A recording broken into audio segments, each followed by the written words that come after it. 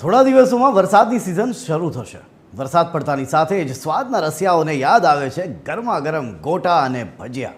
પણ મજા તો ત્યારે જ આવે જ્યારે ભજીયા સ્વાદિષ્ટ અને લિજ્જતદાર હોય। હવે વાત જ્યારે ભજીયાની નીકળી જ છે તો ચાલો તમને લઈ જઈએ એક એવી દુકાનની મુલાકાતે જ્યાં છેલ્લા 100 વર્ષથી સ્વાદના રસિકો માણી રહ્યા છે ભજીયાનો રસા સ્વાદ, અને હવે તો તેમાં આધુનિકતાનો પણ રંગ જોવા મળે છે। તો ચાલો જઈએ સીધા સંસ્કારી નગરીની મુલાકાતે।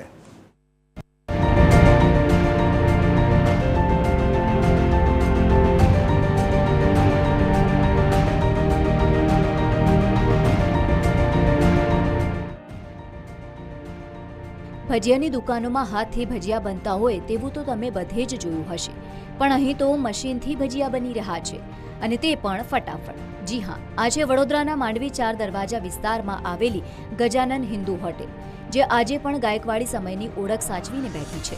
તમને જાણીને નવાઈ લાગશે, પણ આ હોટેલ છેલ્લા 100 વર્ષથી તેમના ગ્રાહકોને ભજીયાની મેજબાની કરાવે છે। હોટેલના હાલના માલિક રાકેશ પટેલનું કહેવું છે કે આ હોટેલના સ્થાપક તેમના દાદા હતા, ત્યારબાદ પિતા, અને હવે તેઓ ખુદ રાકેશ પટેલ આ દુકાન ચલાવી રહ્યા છે। આ 101 વર્ષ જૂની છે।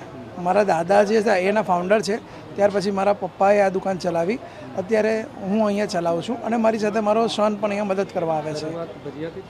હા, એટલે શરૂઆત તો ચા અને સાદા નાસ્તા અને ભજીયાથી થઈ હતી। ધીરે ધીરે ત્યાર પછી ઓલમોસ્ટ 70-75 વર્ષથી અમે સેવસળ વેચીએ છીએ।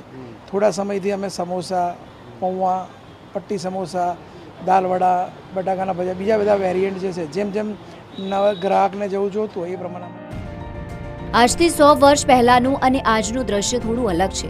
વર્ષો પહેલા અહીં હાથેથી ભજીયા બનતા હતા, પરંતુ હવે તેની જગ્યાએ આધુનિક મશીને લઈ લીધી છે, જે ગ્રાહકો માટે આકર્ષણનું કેન્દ્ર બન્યું છે। પરંતુ જે ભજીયા હાથેથી બનતા હતા તેનું સ્થાન મશીને કેમ લેવું પડ્યું તે જાણવાનો પ્રયાસ કર્યો, તો હોટેલના માલિકે શું કહ્યું તે સાંભળો તેમના શબ્દોમાં।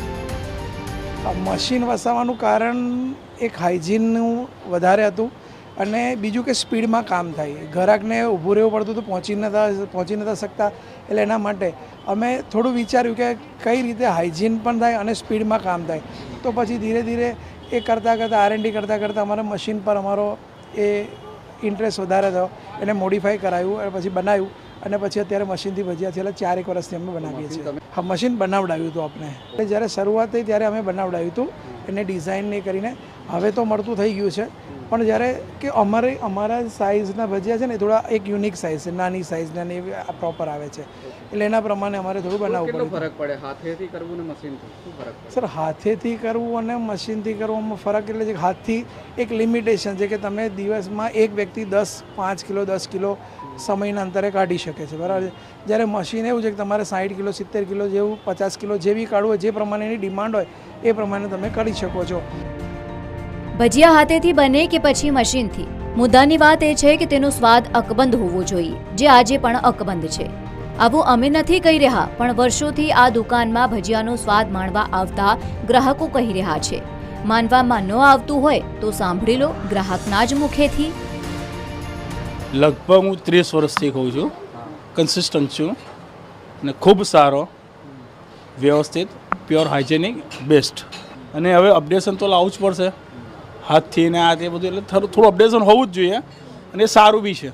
હા, ઓલમોસ્ટ અમારે અહીંયા આગળ આખો વ્યાપારિક બજાર છે, અને દરેક લગભગ અહીંયા હાજરી પુરાવતા હશે। આજે લગભગ હું તો 60 વર્ષથી ચાલું છું, બરાબર છે। એમના 2 રૂપિયા 100 ગ્રામ ભજીયા હતા ને ત્યારથી હું ખાતો આવ્યો છું એમને, બરાબર છે। એટલે ક્વોલિટી જોરદાર છે, ત્યાં તો એ ખાવા આવી રહ્યા છે એ વખતની ક્વોલિટી અત્યારે સેમ ક્વોલિટી, કોઈ ટેસ્ટમાં ફરક નહીં, સેવસળમાં ફરક નહીં, ભજીયામાં ફરક નહીં, મશીનથી ભજીયા બનાવે છે તો કોઈ ફરક, ટેસ્ટ એનો એ જ છે। નાના હતા ત્યારથી અમે 2 રૂપિયા 100 ગ્રામ ભજીયા વેચતા હતા, ત્યારથી ખાતા આવ્યા। બોલો, 100 વર્ષ પછી પણ ભજીયાનો સ્વાદ એવો ને એવો જ છે। આ જ કારણ છે કે છેલ્લા 20 અને 40 વર્ષથી લોકો અહીં ભજીયા ખાવા માટે આવી રહ્યા છે, પરંતુ સમયની માંગ અને ગ્રાહકોની વધતી ભીડને જોતા આધુનિકતા તરફ વળવું પડ્યું છે। આ જ કારણ છે કે હોટલના માલિક રાકેશ પટેલ ગ્રાહકોનો વિશ્વાસ જાળવી રાખવામાં સફળ થયા છે। તો હવે જ્યારે તમે પણ વડોદરાની મુલાકાતે જાઓ તો આ 100 વર્ષ જૂના ભજીયાનો સ્વાદ માણવાનું ભૂલતા નહીં। TV13 ગુજરાતી માટે અમિત ઠાકોરનો રિપોર્ટ, વડોદરા।